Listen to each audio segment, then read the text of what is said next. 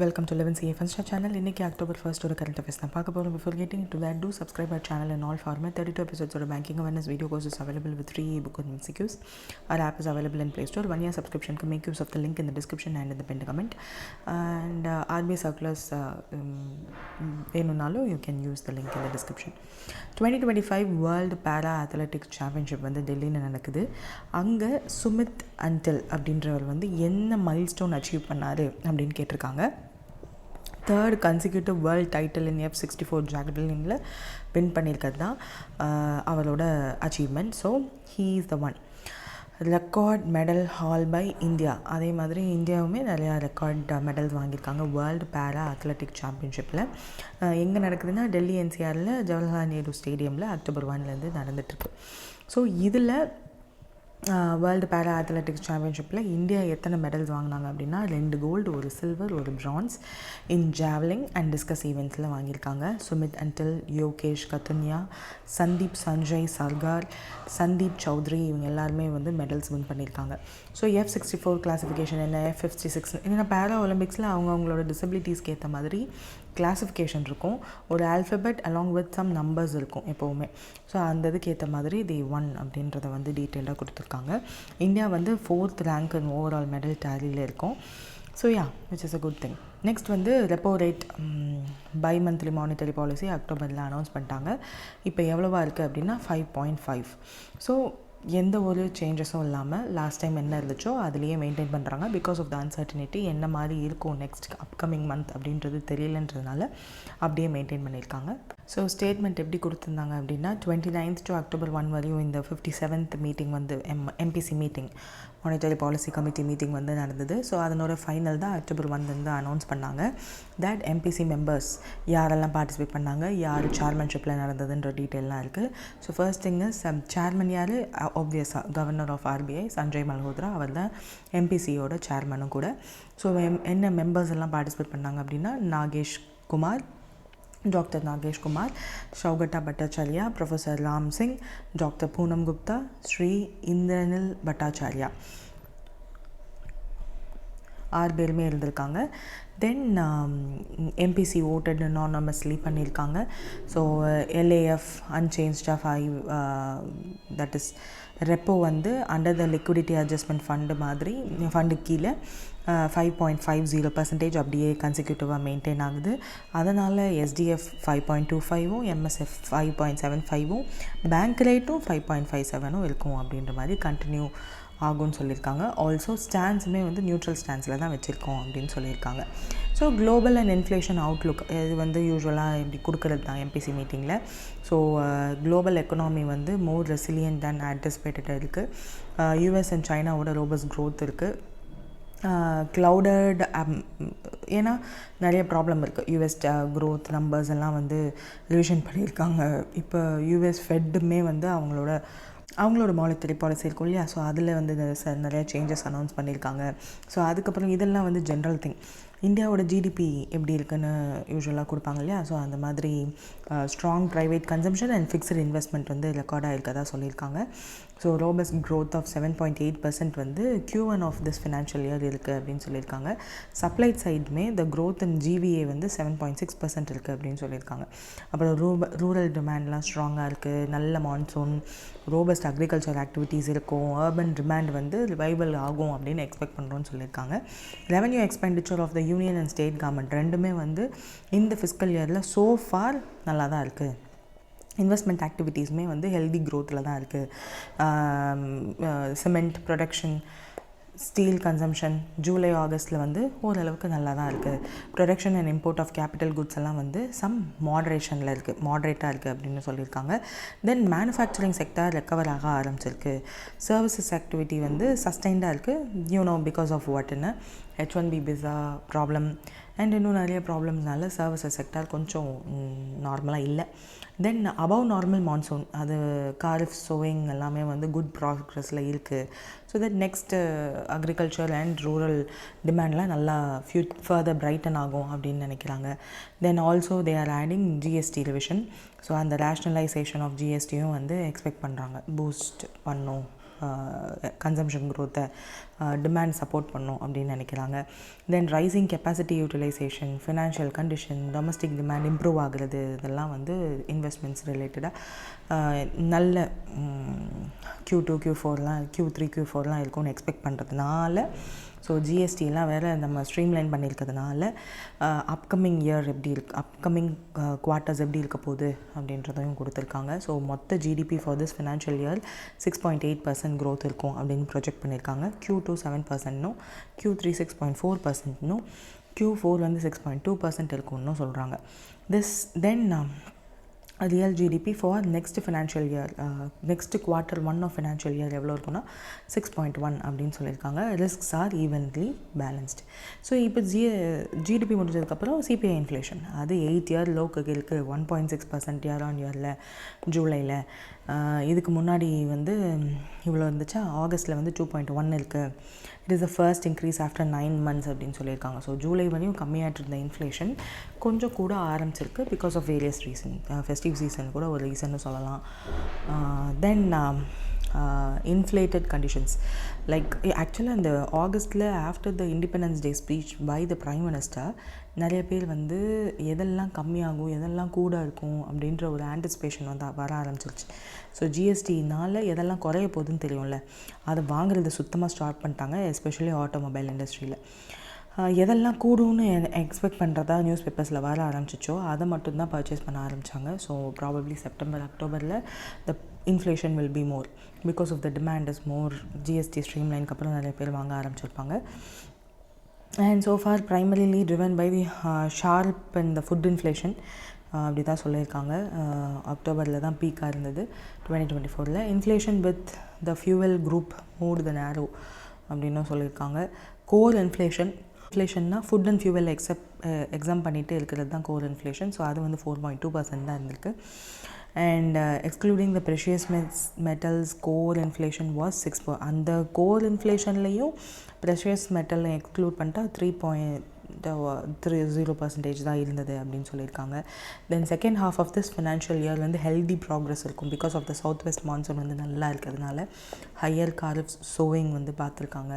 So reservoir லெவல்லாம் கம்ஃபர்டபுளாக இருக்குது, comfortable buffer for stock of grains எல்லாம் இருக்குது, ஃபுட் ப்ரைஸஸ்லாம் வந்து நார்மலாக தான் இருக்குது, ஜிஎஸ்டியும் வந்து கம்மியாக இருக்கிறதுனால ஒரு நல்ல க்ரோத் இருக்கும் ஜிஎஸ்டி ரேட் கட்ஸ்னால அப்படின்றதும் சொல்லியிருக்காங்க.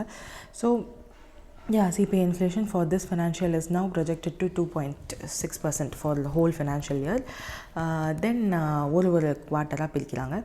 Then Q2 1.8%, Q3 1.8%, Q4 4%, next first quarter of next financial yearக்கு 4.5% இருக்கும் அப்படின்ற மாதிரி ப்ரொஜெக்ட் பண்ணியிருக்காங்க. ஸோ ஓவரால் இன்ஃப்ளேஷன் அவுட்லுக் எல்லாமே வந்து பார்த்துட்டு headline inflation for this financial years now revise பண்ணுறாங்க. 3.7%லேருந்து 3.1% மாற்றுறாங்க. So this is important for upcoming மெயின்ஸில் இதை தான் கேட்கறதுக்கு வாய்ப்பு இருக்குது. Then Q4 of this financial year and Q1 of next financial year வந்து ரிவைஸ் பண்ணியிருக்காங்க. அதையுமே headline inflation have revised downwards அப்படின்னு சொல்லியிருக்காங்க. So core inflation of this year for Q1 of next financial year எல்லாமே வந்து ரிமைன் கண்டெய்ன்ட் அப்படின்னு சொல்லியிருக்காங்க. Because இப்போ என்ன நிலைமையோ அதை பொறுத்து தானே இருக்கும், அதே மாதிரி தான். ஸோ இதுவுமே மான்சூன் எப்படி இருக்குது, எப்படி ப்ரொஜெக்ட் பண்ணுறாங்க அந்த மாதிரி இருக்கும். தென் ஃபர்ஸ்ட் ஹாஃப் செகண்ட் ஹாஃப் எப்படி இருக்க போகுது, ரெப்போ ரேட்லாம் அப்படியே தான் இருக்க போகுது அப்படின்னு சொல்லியிருக்காங்க. So the MPC also decided to have the stands வந்து நியூட்ரலாக தான் இருக்கும் அப்படின்னு சொல்லியிருக்காங்க. But according to 2 members, doctor Nagesh Kumar and professor Ram Singh, அந்த ஸ்டாண்ட்ஸை வந்து சேஞ்ச் பண்ணுவோம், ஃப்ரம் நியூட்ரல்லேருந்து அக்காமடேட்டிவாக மாற்றுவோம் அப்படின்னு சொன்னாங்களாம். அக்காமடேட்டிவாக மாற்றினாங்கன்னா நெக்ஸ்ட்டு டிசம்பரில் வர MBC மீட்டிங்லேயே we can expect the repo rate to be அதிகமாகும் அப்படின்னு எதிர்பார்க்கலாம். பட் இப்போயுமே நியூட்ரலாக வச்சுருக்கிறதுனால நெக்ஸ்ட் ரெப்போ ரேட்டில் கண்டிப்பாக அவங்க கூட்டுறதுக்கு வாய்ப்பு இல்லை. So let's C. அதனால தான் டாக்டர் நாகேஷ்குமார் அண்ட் ராம் சிங் 2 பேருமே வந்து இப்போவே அக்காமடேட்டிவாக மாற்றுக்கன்ற மாதிரி சொல்லியிருக்காங்க. ஆப்வியஸாக ஃபெஸ்டிவ் சீசன்றதுனால இன்ஃப்ளேஷன் அதிகமாக தான் செய்யும் இந்த சீசனில். அண்ட் மான்சூன் ரொம்ப பேடாக இருந்தது அப்படின்னா பேசிக் டொமேட்டோ, ஆனியன், பொட்டேட்டோ அதோடைய வேல்யூ இன்க்ரீஸ் ஆச்சுனாலும் பிகாஸ் ஆஃப் வேரியஸ் ரீசன். ஏன்னா நவம்பரில் வி ஹாவ் பீகாரோட எலெக்ஷன். ஸோ இதனாலேயும் இம்பேக்ட் ஆகி அந்த டாப் பேசிக் டொமேட்டோ ஆனியன் பொட்டேட்டோட வேல்யூ இன்க்ரீஸ் ஆனாலும், ஃபுட் இன்ஃப்ளேஷன் அதிகமானாலும், because of the heavy rain நிறையா க்ராப்ஸ் டேமேஜ் ஆனாலும் எல்லாம் இன்க்ரீஸ் ஆகும். ஸோ இப்போவே அக்காமடேட்டிவாக மாற்றினா என்னன்ற மாதிரி அவங்க ஐடியா கொடுக்குறாங்க. பட் அதர்ஸ் வேர் நம்ம நியூட்ரல்லே இருக்கலாம் அப்படின்ற மாதிரி சொல்லியிருக்காங்க. So let's C December 3 to 5 next இது நடக்கும். இந்த எம்பிசியோட ஃபுல் மினிட்ஸ் வந்து October 15 தான் நம்மளுக்கு கிடைக்கும். So yeah, that's it. இதுதான் எம்பிசி ஸ்டான்ஸ். நீங்கள் எல்லாத்தையும் ஒரு தடவை செக் பண்ணிக்கோங்க. இப்போ IBPS PO எக்ஸாமுக்கு முன்னாடி இதெல்லாம் தான் important. Which of the following one of the key measures announced by RBI to promote internationalization of Indian rupee in October 2025? So 2025 இப்போது அக்டோபரில் இன்டர்நேஷ்னல் பண்ணணும் இந்தியன் ருப்பியை அப்படின்றதுக்காக ஒரு ஸ்டெப் எடுத்திருக்காங்க. அது என்ன அப்படின்னு கேட்டிருக்காங்க. Lending INR to non residents of Bhutan, Nepal and Sri Lanka. So நம்ம லோன் கொடுக்குறோம் இல்லையா, கடன் கொடுக்குறத ஏன் டாலரில் கொடுக்கணும், நம்ம ருப்பிலேயே கொடுக்கலாம். டூ, யாருக்கெல்லாம் நம்ம யூஸ்வலாக லோன் கொடுப்போம், நம்மளுக்கு பக்கத்தில் இருக்க கண்ட்ரீஸ்க்கு தான் நிறையா கொடுப்போம். நம்ம கொடுக்குறதா இருந்தால் நம்மளுக்கு கொடுக்குறது டாலர்ஸில் தான் வரும். பட் நம்ம கொடுக்குறதா இருந்தால் இந்த பூட்டான், நேபாள், ஸ்ரீலங்கா, மால்தீவ்ஸ் இந்த மாதிரியான குட்டி குட்டி கண்ட்ரீஸ்க்கெலாம் வந்து நம்ம தான் கொடுக்குறோம் நிறையா. ஸோ அது அவங்களுக்கு கொடுக்கும்போது நம்ம ஏன் ருப்பீஸில் கொடுக்கக்கூடாதுன்னு நினைக்கிறாங்க. So RBI now announces new measures to internationalize the Indian rupee. So enhance the global use of INR. ஏன்னா இப்படி தானே யூஎஸ் பண்ணாங்க ஃபஸ்ட்டு. அந்த வேர்ல்டு பேங்க், IMF மாதிரியான இன்டர்நேஷ்னல் ஆர்கனைசேஷனில் US டாலரை நீங்கள் கரன்சியாக வச்சுக்கோங்க அப்படின்னு சொல்லி, அப்போது தேவர் த டாமினன்ட் ஒன். அதனால் அவங்க இப்போ அப்படி பண்ணதுனால தான் இப்போது லோன் கொடுக்குறத US டாலரில் கொடுங்கன்னு சொன்னதுனால தான் இப்போ டாலர் தான் ஸ்டேபிள் கரன்சியாக இருக்குது. தோ கோல்டுக்கு அப்புறம் அதுதான்னாலும் இப்போ ஏன் நம்மளும் அதே ப்ராக்டிஸ் பண்ணக்கூடாதுன்னு தான் இந்தியன் ருப்பீஸில் நம்ம கொடுக்கலாம், க்ராஸ் பார்டர் லோன்ஸ் ட்ரேடுக்கெல்லாம் யூஸ் பண்ணலான்னு சொல்கிறோம். So permission for authorised dealer banks to lend. ஏன்னா ஆத்தரைஸ்ட் டீலர் பேங்க்ஸ் தான் இதில் மற்ற கண்ட்ரியோட கனெக்ஷனில் இருப்பாங்க ஃபார் எக்ஸ்போர்ட் இம்போர்ட் எதுவாக இருந்தாலும். ஸோ அவங்கக்கிட்டேயே சொல்கிறாங்க. ஸோ நான் ரெசிடென்ட்ஸ் ஃப்ரம் பூட்டான், நேபாள், ஸ்ரீலங்காவில் இருந்தெல்லாம் வந்து நான் ரெசிடெண்ட்டாக இருக்கிறவங்க, நான் ரெசிடெண்ட் இந்தியன்ஸ், நம்ம இந்தியாவில் இல்லாமல் பூட்டான், நேபாள், ஸ்ரீலங்காவிலேருந்து வந்து if they are getting loans in India, இந்த authorized dealer banks வந்து they can give those loans in INR. So wider usage of balances and special rupee washer account for investment in corporate bonds and commercial papersலாம் இருக்குது. So அதை இன்னும் வைடராகும். Transparent reference எக்ஸ்சேஞ்செலாம் நடக்கும். So நம்மளுக்கு வந்து நிறைய US dollars கிடைக்கும், நிறைய பேர் மாற்றலாம். ஸோ அதே மாதிரி நம்மளோட டிபெண்டன்ஸ் ஆன் US டாலர்ஸும் கம்மியாகும். ஏன்னா இப்போ வந்து 50% டேரிஃப் நம்ம மேலே போட்டாங்க. அண்ட் அந்த ரெமிட்டன்ஸ் வந்து கம்மியாகிற மாதிரி H1B விசாலையும் தே கை வச்சுட்டாங்க. ஸோ நம்மளுக்கு ரெமிட்டன்ஸ் கம்மியாகும். ரெமிட்டன்ஸ் எதில் வரும், டாலரில் வரும். அப்போ நம்மளோட நம்மக்கிட்ட இருக்கிற டாலர் அண்ட் நமக்கு வர வேண்டிய டாலரும் கம்மியாக இருக்கும்போது டாலரோட டிபெண்டன்ஸை கம்மி பண்ணால் மட்டும்தான் நம்மளால் சர்வை பண்ண முடியும்னு இந்த மாதிரி ஒரு ஸ்டெப் எடுத்திருக்காங்க. Which is a good thing. That's it. So RBI வந்து ஒரு சீலிங்கை வந்து கார்ப்பரேட் பாரோவர்ஸ்க்கு ரிமூவ் பண்ணலாம் அப்படின்னு ஒரு பிளான் பண்ணியிருக்காங்க. அந்த இது என்ன அப்படின்னு கேட்டிருக்காங்க. Which is 10,000 crore on aggregate bank credit to corporates. So banks வந்து அவங்களோட மொத்த கிரெடிட் இருக்கு இல்லையா, மொத்த லோன் வந்து ஒரே ஒரு சிங்கிள் கார்ப்பரேட் பாரோவருக்கு எவ்வளோ கொடுக்கலாம் மேக்ஸிமமாக அப்படின்னு வந்து சீலிங் வச்சுருந்தாங்க. Which is 10,000 crore. அந்த சீலிங்கை வந்து இப்போ ரிமூவ் பண்ணியிருக்காங்க. ஆக்சுவலாக அதை ப்ரப்போஸ் பண்ணியிருக்காங்க. Proposes to remove 10,000 crore bank loan ceiling for per corporate. So ஒரு சிங்கிள் கார்ப்பரேட் என்டிட்டிக்கு 10,000 crore சீலிங் தான், 10,000 crore வரையும் தான் மேக்ஸிமமாக கொடுக்க முடியும் ஒரு பேங்க்னால் அப்படின்னு RBI வந்து 2016 கைட்லைன்ஸ் க்ரியேட் பண்ணாங்க. Enhancing credit supply for large borrowers அப்படின்னு சொல்லிட்டு த்ரூ மார்க்கெட் மெக்கானிசம் மூலமா அப்படின்னு சொல்லி ஒரு கைட்லைன்ஸ். அந்த சீலிங்கை இப்போ எடுத்து விட்ருக்காங்க. இது என்ன பண்ணும் இனிமேல் அப்படின்னா, to ease credit constraints on corporates, பேங்க்கோட கேபிட்டல் யூட்டிலைசேஷன் அதிகமாக்கும், ரெகுலேஷன்ஸ் எல்லாத்துக்கும் அலைன் ஆகும், கார்ப்பரேட் ஃபண்டிங் லேண்ட்ஸ்கேப் வந்து இன்னும் நிறையா ஆகும், கான்சன்ட்ரேட்டட் ரிஸ்க் இருக்கு இல்லையா அதுவுமே வந்து கம்மியாகும் அப்படின்னு சொல்லியிருக்காங்க.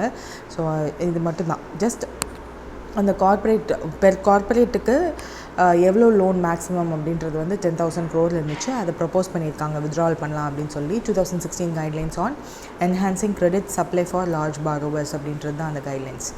நெக்ஸ்ட் வந்து நியூவாக ப்ரப்போஸ் பண்ணியிருக்காங்க IPO financing by banks per person as per the ஆர்பிஐயோட அக்டோபர் கைட்லைன்ஸ் மூலமா. அந்த நியூ ப்ரப்போஸ்டு லிமிட் என்ன அப்படின்னு கேட்டிருக்காங்க, which is 25 lakh. So RBI வந்து இப்போது கிரெடிட் ஃப்ளோவை இம்ப்ரூவ் பண்ணுறதுக்கு கமர்ஷியல் செக்டரில் எஸ்பெஷலி ஒரு ரிஃபார்ம் வந்து அனௌன்ஸ் பண்ணியிருக்காங்க. அந்த ரிஃபார்ம் என்ன அப்படின்னா, அந்த ரிஃபார்ம் மூலயமா, அந்த ரெகுலேட்டரி ரிஃபார்ம் மூலயமா capital market lending, financing limits for banks, Indian banks, இது எல்லாத்துக்குமே வந்து கார்ப்பரேட் அக்விசிஷன் அதில் ஈடுபடுவாங்க இல்லையா, ஸோ அது எல்லாத்துக்குமே வந்து இந்த ஒரு ரிஃபார்ம் வந்து ஈஸியாக இருக்கும் அப்படின்னு சொல்லி.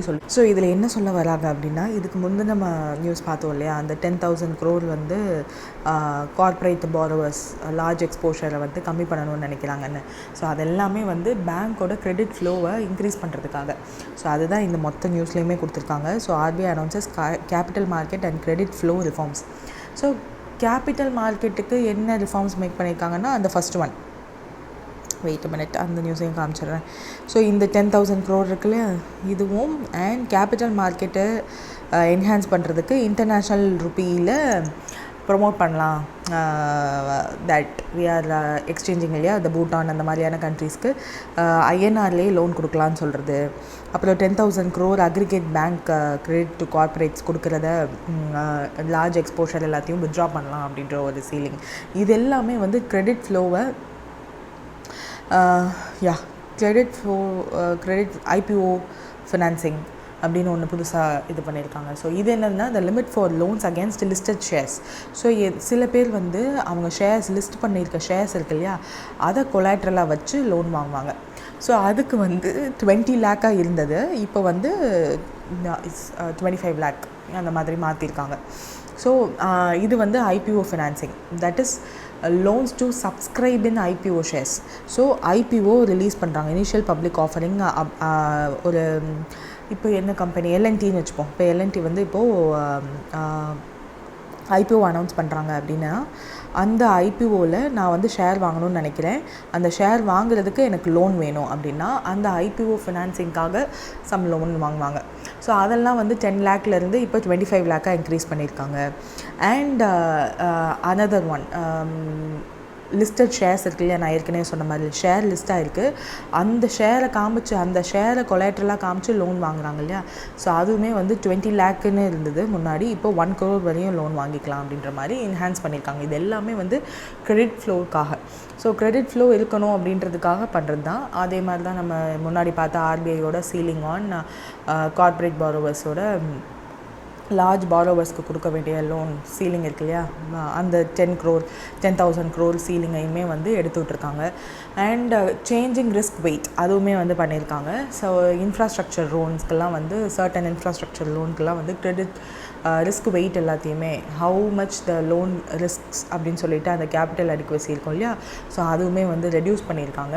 ஸோ பேங்க்ஸ் அண்ட் என்பிஎஃப்சிஸ் இனிமேல் என்ன பண்ணலாம் அப்படின்னா, கேபிட்டல் ப்ரொவிஷன் அவங்க வந்து எடுத்து வைக்கணும் இல்லையா. இப்போது லார்ஜ் எக்ஸ்போஷருக்கோ இல்லை இன்ஃப்ராஸ்ட்ரக்சர் லோனுக்கோ வந்து அவங்க லோன் கொடுத்துருக்காங்க, பர்சன்ஸ்க்கு இன்ஃப்ராஸ்ட்ரக்சருக்காக லோன் கொடுத்துருக்காங்க அப்படின்னா, அதுக்கான ரிஸ்க் வெயிட் ஒருவேளை 100% இருந்துச்சுன்னா இப்போ 75% ஆக்கியிருக்காங்க அப்படின்னா, அந்த ரிமைனிங் இருக்க அமௌண்ட்டை வந்து banks and NBFCs can use for credit flow. அதாவது வேறு லோன்ஸ் கொடுத்துக்கலாம் இல்லையா, அப்போ ப்ரொவிஷன் கம்மியாகுதுன்றதுனால கிரெடிட் ஃப்ளோக்காக இதெல்லாம் பண்ணியிருக்காங்க. அதே மாதிரி full implementation of expected credit loss அப்படின்னு ஒரு ப்ரொவிஷன் இருக்குது. ஸோ அதனுடைய ஃபுல் இம்ப்ளிமெண்டேஷனையுமே வந்து எக்ஸ்டெண்ட் பண்ணியிருக்காங்க, டிலே பண்ணியிருக்காங்க. ஸோ பேசில் 3 நார்ம்ஸ் படி எக்ஸ்பெக்டட் கிரெடிட் லாஸ் அப்படின்னு சொல்லிட்டு ஒரு லோன் கொடுக்குறாங்க அப்படின்னா அதில் எவ்வளோ கிரெடிட் லாஸ் இருக்குது அப்படின்னு எக்ஸ்பெக்ட் பண்ணிவிட்டு அதுக்கான ப்ரொவிஷன் வந்து பண்ணி வைக்கணும். அதுக்கான ப்ரொவிஷன் நார்ம்ஸ் எல்லாம் வந்து பேசல் நார்ம் 3ல் வந்து சொல்லியிருக்காங்க. அதை வந்து இந்தியன் பேங்க்ஸ் வந்து இம்ப்ளிமெண்ட் பண்ணணும். அதுக்கான டெட்லைன் வந்து ஒரு டேட் ஃபிக்ஸ் பண்ணியிருந்தாங்க, அதையுமே வந்து இப்போ இனிமேல் டிலே பண்ண போகிறதா சொல்லியிருக்காங்க. அதே மாதிரி regulatory framework for principle based இதெல்லாம் இருக்கும். அதாவது principle based approach like more ஃப்ளெக்சிபிளாக, ரிஜிட் ரூல்ஸ் இல்லாமல், கேபிட்டல் மார்க்கெட் இன்டர்மீடியேட்டிஸ் இருப்பாங்க இல்லையா, so capital market intermediaries, so அவங்களுக்குலாம் வந்து ரொம்ப ரிஜிட் ரூல்ஸ் இல்லாமல் ஃப்ளெக்சிபிளாக லோன் கொடுங்க அப்படின்னு சொல்லியிருக்காங்க. விச் டசன்ட் மீன் தட் நீங்கள் எல்லாருக்கும் லோன் கொடுங்கன்னு இல்லை. ஸோ என்னெல்லாம் ரெஸ்ட்ரிக்ஷன்ஸ் இருக்கோ அது எல்லாத்தையும் பார்த்துட்டு, பட் ரொம்ப ஸ்ட்ரிக்டாக இல்லாமல் பிஸ்னஸ் ஓவர்லேப்ஸ் இருக்கும், லைக் பேங்க்ஸ் அண்ட் குரூப் என்டிட்டிஸ்க்கு அந்த கன்ஸ்ட்ரைன்ட்லாம் ரிமூவ் பண்ணிவிட்டு இப்போ நீங்கள் வந்து கொடுக்கலாம் அப்படின்ற மாதிரி சொல்லியிருக்காங்க. ஸோ ரொம்ப மைக்ரோ மேனேஜ் பண்ணாமல் லெஸ் மைக்ரோ மேனேஜிங் பண்ண போகிறதா சொல்லியிருக்காங்க. ஸோ இது மூலயமா எக்கனாமியில் க்ரெடிட் ஃப்ளோ அதிகமாகும், ஸோ க்ரோத் அதிகமாகும். பேங்க்ஸ் வந்து கொஞ்சம் லோன் கொடுக்கறதுக்கு ஹெசிடெண்ட்டாக இருக்காங்க இந்த சிச்சுவேஷனில் அப்படின்னு தெரியுது, because of the stricter rules, higher provisioning and regulatory risk. இப்போ இது எல்லாத்தையும் கம்மி பண்ணும்போது banks will give more loans and RBI will also nudge the banks to give more loans. இந்த மாதிரி டைமில் அஃப்கோர்ஸ் நிறைய ப்ராப்ளம்ஸ் வரும், நிறைய பேருக்கு வந்து தப்பாக லோன் கொடுத்துருவாங்க, என்பிஏ ஃப்யூச்சரில் கூட்டுறதுக்கு வாய்ப்பு இருக்குது. பட் தட் டசன்ட் மீன் இதுதான் அது நடக்கும்னு இல்லை. வி ஷால் சி லேட்டர் பார்ட்டில். லோவர் காஸ்ட் ஆஃப் கேபிட்டல் ஒரு பேரியர் எல்லாம் இருக்காது. அண்ட் இன்வெஸ்ட்மெண்ட் அண்ட் இன்ஃப்ராஸ்ட்ரக்சரில் அதிகமான இன்வெஸ்ட்மெண்ட்ஸ் நடக்கும். Many sectors like infrastructure, industrial, real estate, அதிலெல்லாம் வந்து கேபிட்டல் இன்டென்சிவ் செக்டார். அதிலெல்லாம் வந்து ரொம்ப லாங் கெஸ்டேஷன் பீரியட்ஸ் இருக்கும். அதெல்லாம் வந்து இப்போ நார்ம்ஸ் ஈஸியாக்கிட்டதுனால த சேனல் ஆஃப் ஃபண்ட்ஸ் வந்து இனிமேல் பேங்க்ஸ்டேருந்தும் என்பிஎஃப்சிஸ்டேருந்தும் ஈஸியாக வரும். ஏன்னா இப்போ தான் சொன்னேன் இல்லையா, இன்ஃப்ராஸ்ட்ரக்சர்லலாம் வந்து இன்ஃப்ராஸ்ட்ரக்சர் லோனுக்கெலாம் வந்து ப்ரொவிஷனிங் கம்மி பண்ணியிருக்காங்கன்னு சொன்னேன் இல்லையா. ஸோ அதனால் ஸ்டேபிளாக நம்ம க்ரோத் இருக்கும் அப்படின்னு எக்ஸ்பெக்ட் பண்ணலாம்.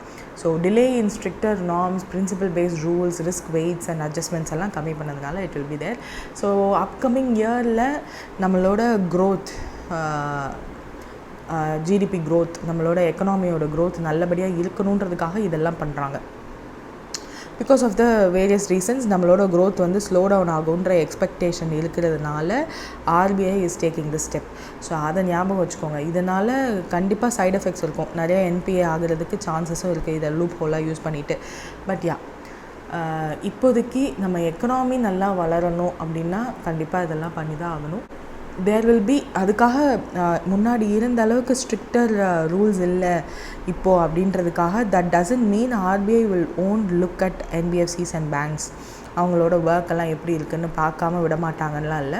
தே வில் ரெகுலேட், பட் கொஞ்சம் ஸ்ட்ரிக்டராக இருக்கிறத கம்மி பண்ணியிருக்காங்க. So real life analogies like இப்போ ஷாப்கீப்பர் ஒருத்தருக்கு வந்து மணி வேணும், இதுக்கு முன்னாடிலாம் வந்து நிறையா பஃபர் வைக்கணும், இவருக்கு கொடுத்தா ஹீ ஹேஸ் ஹையர் ரிஸ்க் அப்படின்னு சொல்லிட்டு banks May hesitate to give loan. But அப்படிலாம் ஒன்றும் இல்லை, இப்போ வந்து ஈஸியாக கொடுக்கலாம்.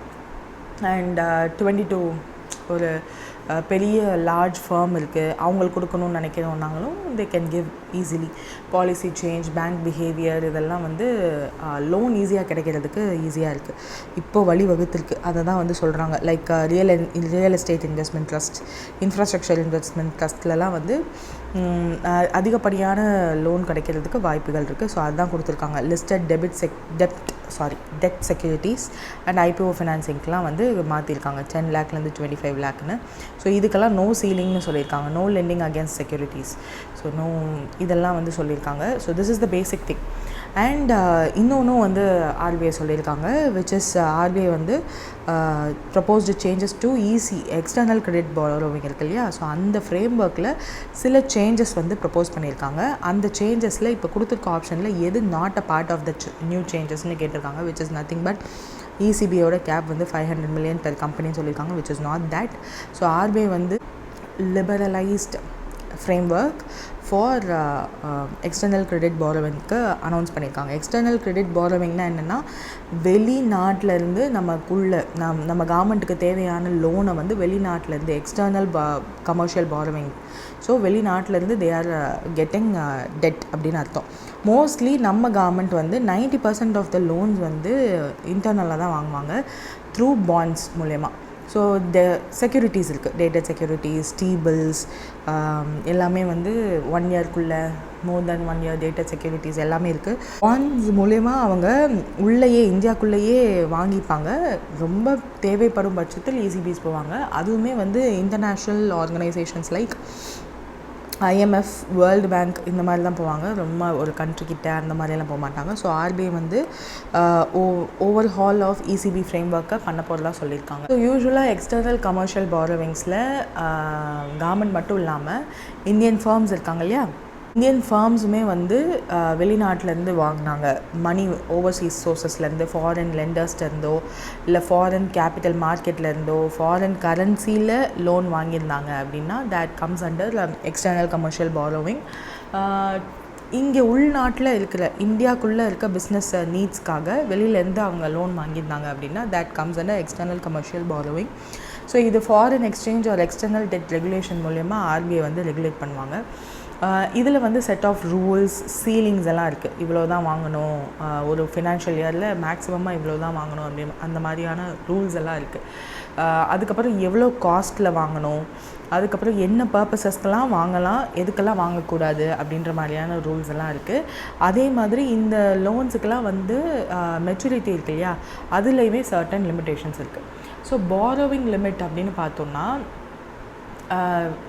மேக்ஸிமம் வந்து இதுக்கு முன்னாடி எந்த ஒரு பாரோவிங் லிமிட்டுமே இல்லை, ஃபிக்ஸ்டு கேப் அந்த மாதிரி இல்லை, ரெஸ்ட்ரிக்டிவ் லிமிட்ஸ்லாம் இல்லை. பட் இப்போ என்ன சொல்லியிருக்காங்க அப்படின்னா $1 billion or 300% of their net worth, அந்த கம்பெனி வாங்குறாங்க இல்லையா, ஸோ அவங்களோட நெட் ஒர்த்லேருந்து 300% வரையும் they can get the loan. அப்படி இல்லைன்னா $1 billion வரையும் they can get the loan. இது ரெண்டில் எது ஹையராக இருக்கோ அந்த அமௌண்ட் வரையும் தான் they can get. So the new proposed ties வந்து இந்த லிமிட்டை வந்து ப்ரப்போஸ் பண்ணுறாங்க. ஸோ அதே மாதிரி இன்ட்ரெஸ்ட் ரேட் இருக்கு இல்லையா, ஸோ அதுலேயுமே கேப் ஃபிக்ஸ் பண்ணுறாங்க. இதுக்கு முன்னாடி ஆல் இன் காஸ்ட் சீலிங் அப்படின்னு சொல்லிட்டு மேக்ஸிமம் ஸ்ப்ரெட் வந்து பெஞ்ச் மார்க்லையும் அப்பர் பவுண்ட்லையும் இசிபிஸ்க்கு இருந்திருக்கு. ஆனால் இப்போ டிராஃப்டில் என்ன பண்ணியிருக்காங்கன்னா அந்த யூனிஃபார்ம் காஸ்ட் கேப்பை ரிமூவ் பண்ணலாம் இதுக்கு முன்னாடி இருந்ததை. ஸோ இன்ஸ்டெட் அதுக்கு பதிலாக மார்க்கெட் கண்டிஷன் எப்படி இருக்கோ அதை பொறுத்து இன்ட்ரெஸ்ட் ரேட் ஃபிக்ஸ் பண்ணலாம் அப்படின்ற மாதிரி ப்ரப்போஸ் பண்ணியிருக்காங்க. இது எல்லாமே வந்து இங்கே இருக்கு இல்லையா, FEMA foreign exchange management and regulation 2018 அதுபடி தான் they are going to do borrowing and lending. இந்த இது கீழே தான் பண்ண போகிறதா சொல்லியிருக்காங்க. தென் எலிஜிபிலிட்டி யாரெல்லாம் பாரோ பண்ணலாம் அப்படின்றதுக்கும் வந்து ஒன்லி சர்டன் என்டிட்டிஸில் those are eligible for FDI and certain type of firms மட்டும்தான் இதுக்கு முன்னாடி அலோவ் பண்ணிகிட்டு இருந்தாங்க. ரெஸ்ட்ரிக்டட் ரீகன்ஸ்ட்ரக்ஷன் ரீஸ்ட்ரக்சரிங் அந்த மாதிரியான என்டிட்டிஸ்லாம் வந்து எக்ஸ்க்ளூட் பண்ணியிருந்தாங்க இதுக்கு முன்னாடி. இப்போ வந்து எலிஜிபிலிட்டி வந்து ஆல் இன்கார்பரேட்டட் என்டிட்டிஸ் மேனுவலாக அலோவ் பண்ண போகிறோன்ற மாதிரி சொல்கிறாங்க. Maybe allow using restructuring. இதுக்கு முன்னாடி ரீஸ்ட்ரக்சரிங்லாம் அலோவ் பண்ணல. அதாவது ஒரு கம்பெனி ஏதோ ஒரு ப்ராப்ளம்குள்ளே இருக்குது அப்படின்னா அந்த கம்பெனியை ரீஸ்ட்ரக்சர் பண்ணி ஒரு வேலை பண்ணுவாங்க லாஸில் போயிடக்கூடாதுன்றதுக்காக. அந்த மாதிரி ரீஸ்ட்ரக்சர் பண்ணும்போது லோன் வாங்கக்கூடாது, அப்படி அந்த லோன் வாங்கி ரீஸ்ட்ரக்சர் பண்ணக்கூடாதுன்றது தான் ஒரு இது. வேணும்னா அவங்க ஷேர்ஸ் வேணால் ரிலீஸ் பண்ணலாம் அப்படின்ற மாதிரியான ரூல்ஸ் எல்லாம் இருந்துச்சு. இப்போ இனிமேல் ரீஸ்ட்ரக்சரிங்க்கும் வாங்கலாம் அப்படின்ற மாதிரியான டாக்ஸ் போயிட்டுருக்கு.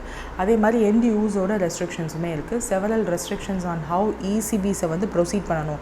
எக்ஸ்டர்னல் கமர்ஷியல் பாரோவிங் வாங்குறீங்க வெளிநாட்டிலேருந்து, அதை எப்படி யூஸ் பண்ணணும், ஆன்லைனிங்கில் எப்படி யூஸ் பண்ணணும் அப்படின்ற ரெஸ்ட்ரிக்ஷன்லாம் இருக்குது. அதெல்லாம் கொஞ்சம் ஈஸ் பண்ண போகிறதா சொல்கிறாங்க. இன்னும் எக்ஸாக்டாக தெரியல.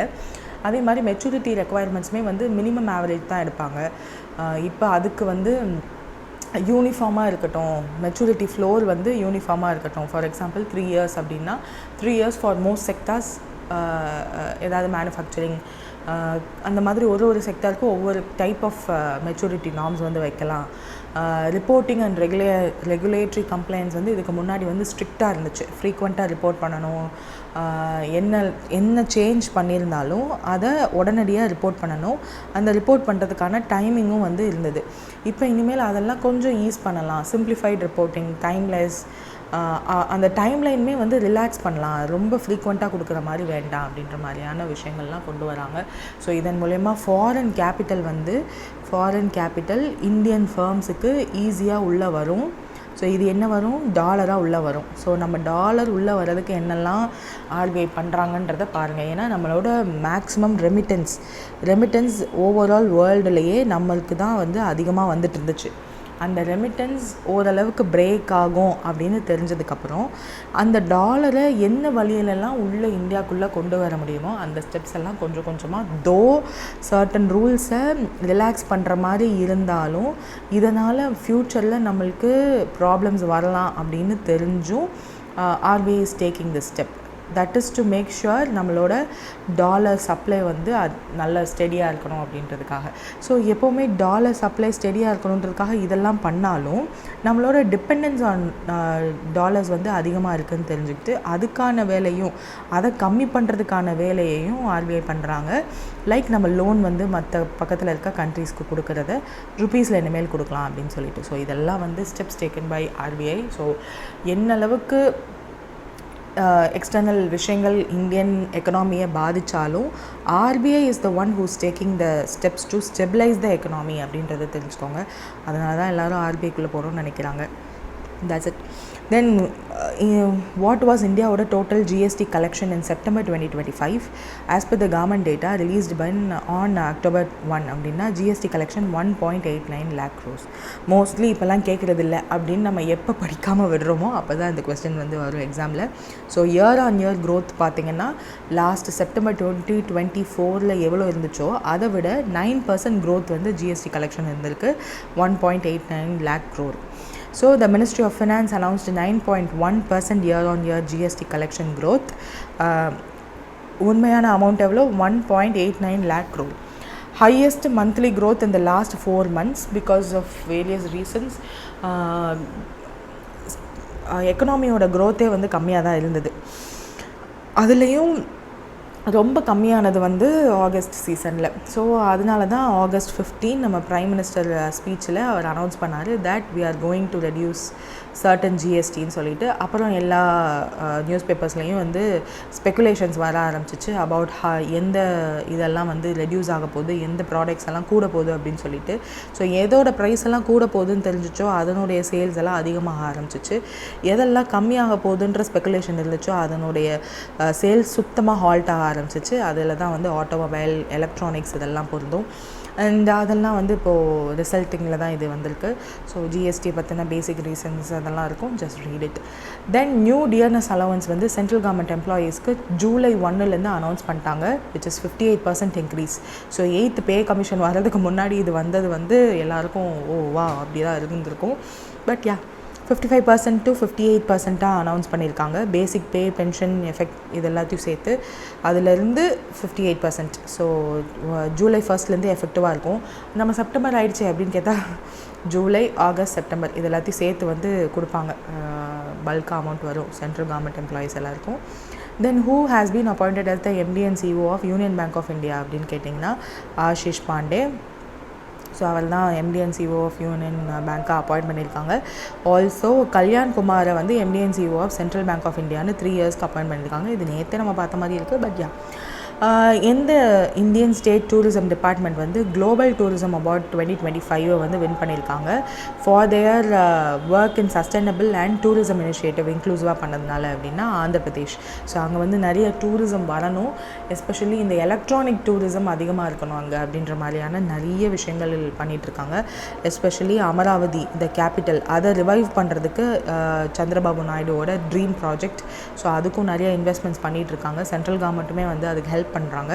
ஸோ ஆந்திர பிரதேஷோட டூரிசம் டிபார்ட்மெண்ட் தான் இந்த குளோபல் டூரிசம் அவார்ட் 2025 வந்து வின் பண்ணியிருக்காங்க. கம்யூனிட்டி இன்க்ளூசிவ் டூரிசம் மாடல்ஸ்லாம் இன்க்ளூட் பண்ணதுனால இதை வந்து கன்சல்டன்ட் நிஷிதா கோயல் அவங்க தான் ரிசீவ் பண்ணாங்க, டூரிசம் கன்சல்டன்ட். ஸோ அவ்வளோதான், வேறு ஒன்றும் இல்லை இதில். Then TANSA TANSA award 2022 environmental சயின்ஸில் யார் வின் பண்ணால், எதுக்காக வின் பண்ணாங்க அவங்க அப்படின்னா மெரைன் ரிசர்ச்காக.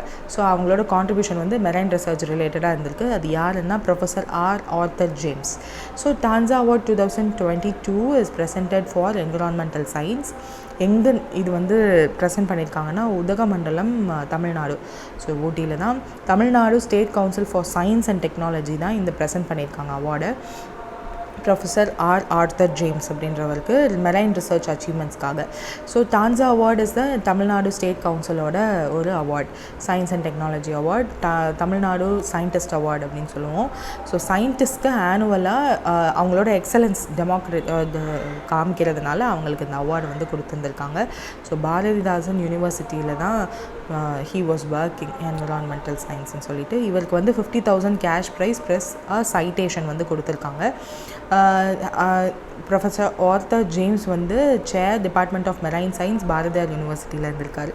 ஸோ மினிஸ்டர்ஸ் யாரெல்லாம் கொடுத்தாங்க அப்படின்னா செலியன் அண்ட் எம்பி சாமிநாதன் இவங்க 2 பேரும் கொடுத்துருந்துருக்காங்க. தென் தெலுங்கு லாங்குவேஜ் டே அதை வந்து சவுதி அரேபியாவில் செலிப்ரேட் பண்ணியிருக்காங்க. அதனுடைய ஃபோக்கஸ் என்ன அப்படின்னா P4 model for development and poverty எராடிகேஷனை ப்ரொமோட் பண்ணுறதுக்காக. ஸோ தெலுங்கு டேவை வித் P4 அவேர்னஸ் ப்ரோக்ராமாக சவுதியில் SATA and TDP NRI committee வந்து ஆர்கனைஸ் பண்ணியிருக்காங்க. சட்டான்றது என்ன, Saudi Arabia Telugu association TDP NRI கமிட்டியோடு சேர்ந்து தெலுங்கு லாங்குவேஜ் டேயை லார்ஜ் ஸ்கேல் அவேர்னஸ் ப்ரோக்ராமாக ஆந்திர பிரதேஷோட P4 மாடல் இருக்கு இல்லையா, public private people partnership model மூலயமா பண்ணியிருக்காங்க. 20,000 பீப்புளுக்கு மேலே 100 என்ஆர்ஐஸோடு இன்க்ளூட் பண்ணியிருக்காங்க. ஸோ தெலுங்கோட கல்ச்சர், லிங்குவிஸ்டிக் ப்ரைட் எல்லாம் வந்து they are going to speak. So social empowerment and poverty eradication by 2047 இதை பற்றி எல்லாமும் பேசியிருக்காங்க. ஸோ அதனால தான் இது இருக்குது in news. That's it. Next Delhi Gramodaya Abhiyan அப்படின்ற ஒரு ஸ்கீம். அதனுடைய மெயின் ஆப்ஜெக்டிவ் என்ன, டு இம்ப்ளிமெண்ட் பை டிடிஏ அப்படின்னா rural infrastructure and civic communities வந்து டெல்லி வில்லேஜஸில் டெவலப் பண்ணுறதுக்காக டெல்லி கிராமோதயா அபியான் அப்படின்றது அந்த ஸ்கீமோட initiative. So 81 rural development projects வந்து அனௌன்ஸ் பண்ணியிருக்காங்க அண்டர் திஸ் டெல்லி கிராமோதயா அபியான் அப்படின்னு சொல்லிட்டு. இதில் 50 வில்லேஜஸ் வந்து டெல்லியில் இருக்குது. மித்ததெல்லாம் வந்து பூத், குர்தி, ரோஹிணி அந்த இடத்துல வந்து இருக்கிறதா சொல்லியிருக்காங்க. டெல்லி டெவலப்மெண்ட் அத்தாரிட்டி தான் இதை லான்ச் பண்ணியிருக்காங்க. ஸோ இந்த இதில் என்ன பண்ண போகிறாங்கன்னா they are going to renovate the villages. So lieutenant governor V.K. Saxena and chief minister Rekha Gupta அவங்க 2 பேரும் சேர்ந்து இந்த ப்ராஜெக்ட்ஸ் எல்லாம் லான்ச் பண்ணியிருக்காங்க. ஸோ இதில் என்ன பண்ண போகிறாங்கன்னா ரோட்ஸ் அப்கிரேட் பண்ண போகிறாங்க, பார்க்ஸ் அப்கிரேட் பண்ண போகிறாங்க, கம்யூனிட்டி ஹால்ஸ் க்ரியேட் பண்ண போகிறாங்க, சாப்பல்ஸ், சிவிக் கம்யூனிட்டிஸ் இது எல்லாத்தையும் க்ரியேட் அண்ட் அப்கிரேடேஷன் ரெண்டுமே. டோட்டலாக சொல்லணும்னா ரூரல் இன்ஃப்ராஸ்ட்ரக்சர் டெவலப்மெண்ட் பண்ண போகிறாங்க. ஸோ அதில் உள்ள கம்யூனிட்டி பார்ட்டிசிபேஷனை அதிகப்படுத்த போகிறாங்க. So that is the thing.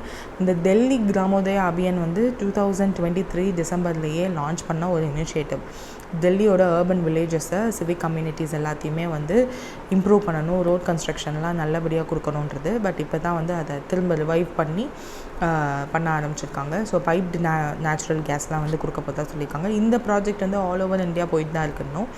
So 854 projects worth 760 crore September 2025 sanction பண்ணியிருக்காங்க. which is a good thing. Next வந்து primary focus of Kudumbashree K4 care scheme பாலக்காடில் இன்க்ளூட் பண்ண இந்த ஸ்கீமோட கரண்ட் இம்ப்ளிமெண்டேஷன் இது ஃபோக்கஸ் என்ன அப்படின்னு கேட்டிருக்காங்க. ஹோம் பேஸ்டு கேர் வந்து elderly people and specially need இண்டிவிஜுவல்ஸ்க்கு கொடுக்க போகிறதா சொல்லியிருக்காங்க. குடும்பஸ்ரீஸ் K4 கேர் ஸ்கீம் அப்படின்னு சொல்லிட்டு பப்ளிக் அடாப்ஷன் அண்ட் அவுட்ரீச்காக லான்ச் பண்ணியிருக்காங்க.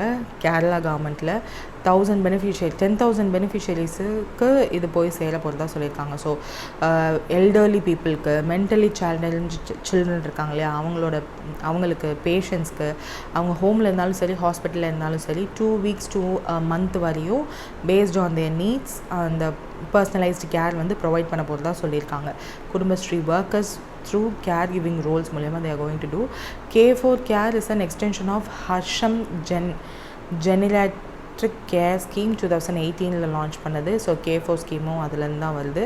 இதில் எல்டர்லி சில்ட்ரன் அண்ட் டிசபிலிட்டிஸ் எல்லாரையுமே வந்து ஹாஸ்பிட்டல் பேஷண்ட்ஸ் எல்லாத்தையுமே வந்து they are going to care. குடும்பஸ்ரீன்றது வந்து ஒரு women led poverty eradication initiative or livelihood mission Kerala கவர்மெண்ட்டோட லான்ச் பண்ணப்பட்ட ஒரு இனிஷியேட்டிவ்.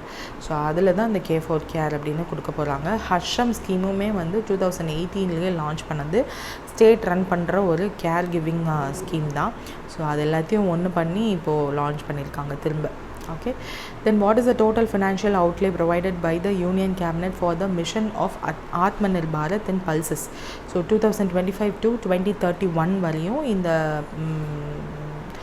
ஃபினான்ஷியல் அவுட்லே இந்த அமௌண்ட் வந்து யூஸ் ஆக போகுது for ஆத்மநிர்பாரத்துக்காக. 11,440 crore is a centrally sponsored scheme. அப்போ என்ன அர்த்தம், சென்ட்ரல் கவர்மெண்ட்டும் ஸ்டேட் கவர்மெண்ட்டும் சேர்ந்து இந்த ஸ்கீமை வந்து லான்ச் பண்ணுறாங்கன்னு அர்த்தம். World's largest producer and consumer of pulses தான் நம்ம இந்தியா. ஸோ டொமஸ்டிக் ப்ரொடக்ஷனை அதை வந்து ஒரு நல்ல பேஸில் வச்சுக்கிட்டா தான் ரைசிங் டிமாண்டை நம்மளால் காம்பன்சேட் பண்ண முடியும். ஸோ அதனால் ரைசிங் இன்கம் ஆகும், டயட்ரி ப்ரிஃபரன்ஸ் எல்லாம் மாறுது இப்போது. ஸோ இதெல்லாம் வந்து டிமாண்டை வந்து ரைஸ் பண்ணுது. ஸோ இம்போர்ட் ஆஃப் பல்சஸ்மே அதனால் இப்போது இன்க்ரீஸ் ஆக ஆரம்பிச்சிருக்கு because of the changing dietary preferences. So 15 to 20% of the domestic demand வந்து இம்போர்ட்ஸ் மூலியமாக தான் நம்ம பூர்த்தி செஞ்சிட்ருக்கோம் இப்போது.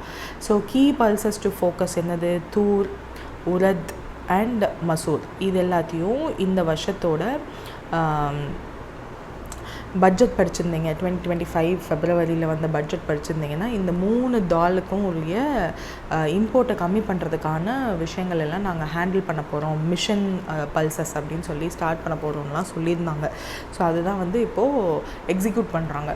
So to reduce the import dependency and to improve the food and nutrition security in India and raise the farmers income, improve the crop yield, supply செயினை strengthen பண்ணுறதுக்காக இது எல்லாத்துக்காகவும் இந்த ஒரு பர்டிகுலர் மிஷனை வந்து லான்ச் பண்ணியிருக்காங்க.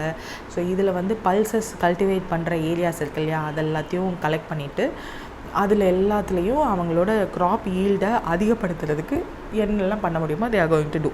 ஸோ யூனியன் கேபினெட் வந்து ஒரு 6-year national mission வந்து அனௌன்ஸ் பண்ணியிருக்காங்க. ஆக்சுவலாக நேஷ்னல் மிஷன் ஆன் பல்சஸ் அப்படின்னு சொல்லி நாங்கள் தூர், உரத், மசூர் இந்த 3 தாலுக்காகவும் பண்ண போகிறோம்னு சொல்லி தான் பட்ஜெட்லையுமே அனௌன்ஸ் பண்ணியிருந்தாங்க. ஸோ அதே தான் இங்கேயும் சொல்லியிருக்காங்க. இப்போ 350 lakh டன்ஸாக 2030-31 அந்த ஃபினான்ஷியல் இயர்க்குள்ளே நம்ம ப்ரொடக்ஷன் டார்கெட் வந்து ஃபிக்ஸ் பண்ணியிருக்காங்க. இப்போ இதில் வந்து 310 lakh hectares of cropped area வந்து இருக்குது. ஸோ இது எல்லாத்தையும் வந்து இவ்வளோ தூரம் நம்ம என்ஹான்ஸ் பண்ண போகிறோம்னு சொல்லியிருக்காங்களா. ஸோ அப்போ எக்ஸிஸ்டிங்கில் எவ்வளோ இருக்குது அப்படின்னா பல்சஸ் கல்டிவேஷன் இப்போது 242 lakh hectaresல இருக்குது. இது வந்து FY24 டேட்டா. அதே மாதிரி ப்ரொடக்ஷன் ஆஃப் பல்சஸ்மே வந்து 242 lakh tonsல இருக்குது. இதையுமே வந்து 350 lakh tonsஸாக மாற்றணும் அப்படின்ற ஒரு ஐடியாவில் இருக்காங்க. ஸோ ஈல்டு பெர் ஹெக்டார் வந்து இப்போது வெறும் 881 கிலோகிராம் பெர் ஹெக்டார்லாம் இருக்குது. இந்த ஈல்டு பெர் ஹெக்டாரை தான் 1130 கிலோகிராம் பெர் ஹெக்டாராக அதிகப்படணும் அப்படின்ற ஒரு டார்கெட்டுமே வந்து கவர்மெண்ட் வச்சுருக்காங்க. விச் இஸ் தெரியல நம்ம எப்படி அது பண்ண போகிறாங்க, ஏதாவது ஜீன் மாடிஃபைடு சீட்ஸ் எல்லாம் கொடுக்க போகிறாங்களான்னு. ஸோ இதன் மூலயமா 2 crore farmers in India will get benefit அப்படின்னு சொல்கிறாங்க. ஸோ சீட் சிஸ்டம்மே சொல்லியிருக்காங்க, improved pulse variety, high yielding பல்சஸை வந்து ஃபார்மர்ஸ்க்கு கொடுக்க போகிறதா சொல்லியிருக்காங்க. ஸோ இதன் மூலிமா இம்போர்ட் டிபெண்டன்ஸ் கம்மியாகுன்றது தான் மெயின் இது. ஸோ இம்போர்ட் டிபெண்டன்ஸ் கம்மியாச்சுனாலே நம்ம டாலர்ஸ் வெளியில் போகாது இல்லையா, அதுவும் ஒரு ரீசன். அண்ட் ஃபார்மர்ஸ், இந்தியன் ஃபார்மர்ஸுமே வந்து அதன் மூலயமா நிறையா they can get benefited. So அதே மாதிரி 126 lakh quintal of certified steel, seeds, lakh quintals of certified seeds வந்து 370 lakh hectare ஆஃப் லேண்டில் கல்டிவேட் பண்ணுறதுக்காக கொடுக்க போகிறதா சொல்லியிருக்காங்க. இதில் 88 lakh வந்து சீட் கிட்ஸ் ஃப்ரீ ஆஃப் காஸ்ட்டாக ஃபார்மர்ஸ்க்கு, எஸ்பெஷலி லோ இன்கம் ஏரியாஸ் இருக்கு இல்லையா, அங்கெல்லாம் கொடுக்க போகிறதா சொல்லியிருக்காங்க. ஸோ இதெல்லாமே வந்து it is going to contribute to our mission pulses. So அதே மாதிரி கீ பல்சஸ்னு தூர், உரத், தால், அப்புறம் மசூர், இது 3மே வந்து PM ஆஷா ஸ்கீம் மூலயமா ப்ரைஸ் சப்போர்ட் ஸ்கீம் இருக்கு இல்லையா. ஸோ அதன் மூலயமா they are going to assure 100% procurement. அப்போது இந்த 100% procurement கொடுக்கறது மூலயமா அதுவுமே வந்து நெக்ஸ்ட் 4 yearsக்கு 100% நாங்களே கவர்மெண்ட்டே வாங்கிப்போம் அப்படின்னு சொல்கிறதன் மூலயமா what they are saying is, farmers கிட்ட நீங்கள் இந்த தூர், உரத், மசூர் இந்த 3 தாலுமே நீங்கள் கல்டிவேட் பண்ணிங்க அப்படின்னா கண்டிப்பாக கவர்மெண்ட்டே அதை 100% வாங்கிக்கிறோம் for the next 4 years through there agencies, state agencies 2 பேர் இருக்காங்க இல்லையா, NAPFED அண்ட் NCCF, இவங்க 2 பேர் மூலயமா நாங்கள் ப்ரொக்யூர் பண்ணிக்கிறோம் அப்படின்னு சொல்லி சப்போர்ட் வந்து ப்ராமிஸ் பண்ணுறாங்க. ஸோ ஃபார்மர்ஸ் என்ன பண்ணுவாங்க, கண்டிப்பாக இதை வந்து போட ஆரம்பிப்பாங்க இல்லையா. So the demand will be satisfied. This will also ensure the buyers நம்மளுக்குமே வந்து ஒரு ப்ரைஸ் கம்மியாகிறதுக்கான சான்சஸ் இருக்குது. அதே மாதிரி 1000 new processing and packing units வந்து கொண்டு வர போகிறதா சொல்லியிருக்காங்க. 1000 new processing and packing units வந்து கொண்டு வர போகிறதா சொல்லியிருக்காங்க. ஸோ போஸ்ட் ஹார்வெஸ்ட் இன்ஃப்ராஸ்ட்ரக்சர் அதுலேயுமே இன்வெஸ்ட் பண்ணணுன்றதுனால தே ஆர் சேயிங் திஸ். ஏன்னா நிறைய இடத்துல அந்த போஸ்ட் ஹார்வெஸ்ட் இன்ஃப்ராஸ்ட்ரக்சருக்கு அப்புறம் தேவைப்படுற இன்ஃப்ராஸ்ட்ரக்சர் இல்லாததுனால நிறைய ஃபுட் வேஸ்ட் ஆகுது அப்படின்ற டேட்டாவுமே இருக்குது. ஸோ 25 lakh பெர் யூனிட் வந்து ரெடியூஸ் பண்ணணும். சப்சிடி கொடுக்கறதன் மூலயமா இந்த லாஸஸை வந்து ரெடியூஸ் பண்ணணும், ஸ்டோரேஜ் இம்ப்ரூவ் பண்ணணும், வேல்யூ அடிஷன் பண்ணணும் அப்படின்றதெல்லாம் சொல்லியிருக்காங்க. ஆல்சோ ஸ்கில் டெவலப்மெண்ட் வந்து கொடுக்க போகிறதா சொல்லியிருக்காங்க. ICAR KVKs இருக்கு இல்லையா, so Krishi Vigyan Kendras and state departments மூலமா they are going to do, and they are going to use Sati portal for seed authentication. So அதன் மூலயமா they can get seeds எல்லாம் ட்ரேஸ் பண்ண முடியும், எவ்வளோ இது பண்ணுறது, ஃபார்மர்ஸ்க்கு ஒரு கான்ஃபிடென்ஸ் கொடுக்கும் இல்லையா இதெல்லாம். ஸோ அதனால் இம்போர்ட் டிபெண்டன்ஸ் கம்மி பண்ணுறதுக்காக தான் இதெல்லாம் பண்ணுறாங்கன்றது ஞாபகம் வச்சுக்கோங்க. Seed authentication, traceability and holistic inventory portal தான். ஸோ சீடோட ப்ரொடக்ஷன், டிஸ்ட்ரிபியூஷன் சிஸ்டம் எல்லாத்தையும் மானிட்டர் பண்ணுறதுக்காக they are going to use this Sati portal. So that's it with this news. Next வந்து what is the main purpose of the Gach Rakshak app? Bandhavgarh tiger ரிசர்வில் they are going to launch பண்ணியிருக்காங்க இதை. So அந்த app என்ன பண்ண போகுது அப்படின்னா எலிஃபேண்ட்ஸை monitor பண்ண போகுது. And human wildlife conflict அதிகமாக இருக்குது இல்லையா, ஸோ அது எல்லாத்தையும் ரெடியூஸ் பண்ணுறதுக்காக இந்த கச் ரக்ஷக் ஆப் அப்படின்ற ஒன்று லான்ச் பண்ணியிருக்காங்க Madhya Pradesh forest department. So அவங்க wildlife conservation trust and கல்பவக் கம்பெனியோட சேர்ந்து தான் இந்த கச் ரக்ஷக் ஆப்பை வந்து லான்ச் பண்ணியிருக்காங்க. ஸோ ரியல் டைமில் they are going to monitor the elephants. So multiple டிவிஷன்ஸில் ட்ரெயின் பண்ணியிருக்காங்க அந்த ஆப்பை. So that human wildlife conflict வந்து கம்மியாகுன்றதுனால they are going to use this. Then ESG policy அப்படின்னு சொல்லி கேரளா ஸ்டேட் கேபினெட் அனௌன்ஸ் பண்ணியிருக்காங்க. அதனுடைய ப்ரைமரி அப்ஜெக்டிவ் என்ன அப்படின்னா to attract ESG complaint and low pollution investments. So ESG policy மூலயமா, ESG in the sense environment, social and governance. So இந்த policy மூலயமா sustainable டெவலப்மெண்ட்டை அதிகப்படுத்தி லோ பொல்யூஷன் அட்ராக்ட் பண்ணணும், ESG கம்ப்ளைண்ட் இண்டஸ்ட்ரீஸ் இருக்கு இல்லையா, ஸோ அதெல்லாத்தையும் கம்மி பண்ணணும் அப்படின்ற ஒரு நோக்கத்தோடு ஸ்டார்ட் பண்ணது தான் இந்த ESG பாலிசி. ஸோ இதை வந்து several other administrative, education and infrastructure எல்லாத்தையும் சேர்த்து இந்த கேபினெட் வந்து கிளியர் பண்ணியிருக்காங்க. ஸோ இன் சஸ்டைனபிலிட்டி அதே மாதிரி SDG கோலோட அலைன் ஆகணும் இல்லையா, ஸோ அதனால் இதெல்லாம் இந்த ஸ்டெப்ஸ் எல்லாம் எடுத்திருக்காங்க. நெக்ஸ்ட் வந்து எந்த பஞ்சாயத்து இன் Kerala first to achieve the full national legal guardianship for person with disabilities. So person with disabilities இருக்காங்க இல்லையா, அவங்க எல்லாருக்குமே நேஷ்னல் லீகல் கார்டியன்ஷிப்பை வந்து ஃபுல்லாக கொடுத்து முடிச்சிருக்காங்க. எந்த பஞ்சாயத்து அப்படின்னா வெல்லூர் அப்படின்ற கேரளாவில் உள்ள panchayat, first panchayat to achieve full national legal guardianship. என்னது, வெல்லூர் கிராம பஞ்சாயத், த்ரிசூர் டிஸ்ட்ரிக்டில் கேரளாவில் இருக்குது. ஸோ நேஷ்னல் ட்ரஸ்ட் ஆக்ட் மூலயமா இந்த வெல்லூர் பஞ்சாயத்து வந்து டிஸ்ட்ரிபியூட் பண்ணியிருக்காங்க கார்டியன்ஷிப் சர்டிஃபிகேட்ஸ் எல்லாத்துக்கும். ஆல் எலிஜிபிள் இண்டிவிஜுவல்ஸ் ஓவர் 18க்கு மேலே இருக்கிற டிசபிலிட்டிஸ் ஓட உள்ள இண்டிவிஜுவல்ஸ் எல்லாருக்குமே வந்து அந்த லீகல் கார்டியன்ஷிப் சர்டிஃபிகேட்ஸ் வந்து கொடுத்து முடிச்சிருக்காங்க. அதனால தான் they R in the news now. Then what is the purpose of GI tag application for Kanyakumari Nannari filled with TNSTCT? இது எதுக்கு அப்படின்னா to recognize and protect the unique heritage and market value of the herb. So இந்த நன்னாரி சர்பத் அதெல்லாம் இருக்கு இல்லையா, so அதுக்கு கன்னியாகுமரியிலேருந்து தான் கிடைக்கிது போல். ஸோ அதுக்காக அப்ளை பண்ணியிருக்காங்க Tamil Nadu state council for science and technology along with TN மலைவாழ் மக்கள் சங்கம். ஸோ இவங்க 2 பேரும் சேர்ந்து GI டேக் ஃபார் கன்னியாகுமரியோட நன்னாரி இதுக்கு அப்ளை பண்ணியிருக்காங்க, which is a medical herb of high aromatic and therapeutic value. So they are apply பண்ணியிருக்காங்க. ஸோ லெட்ஸ் சி, சென்னையில் தானே இருக்குது, they will get for sure.